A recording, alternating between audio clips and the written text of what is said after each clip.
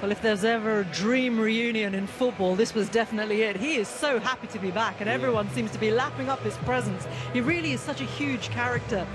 Lots of success, but he did take a lot of stick as well. Do you think it was perhaps unfair when you think of all the silverware that he did win? Yeah, definitely. I think his character outshadows his quality a lot of the time, and people forget how good he was. Technically, he was outstanding, aggressive, probably suited more so for the modern day now, in the way teams and coaches want to set their players up to defend. But you've got to give him a lot of credit, because one thing is for sure, he's a top professional, because you don't get to continue to play at this level, Champions League level, if you haven't been a professional throughout your career. And he'll be someone that the younger players can learn from, definitely.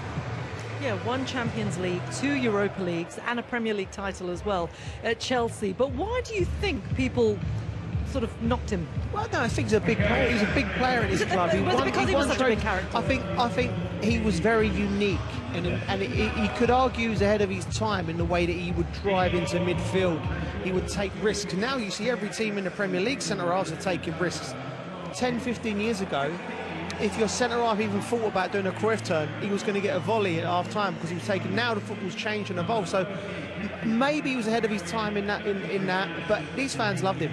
They absolutely adored him, and like you said, he was at this club and he won trophies. The biggest of them all. The biggest of them all. So I mean, it'd be a great night for him to come back here and share it, you know, and be part of it. But I think he's probably dodged a bullet, because I'm looking at this front line at 38. The last thing you want to be seeing is Garnacho, Pedro, Delap running at you. So yeah, I think not playing might be better. He might enjoy it more on the bench.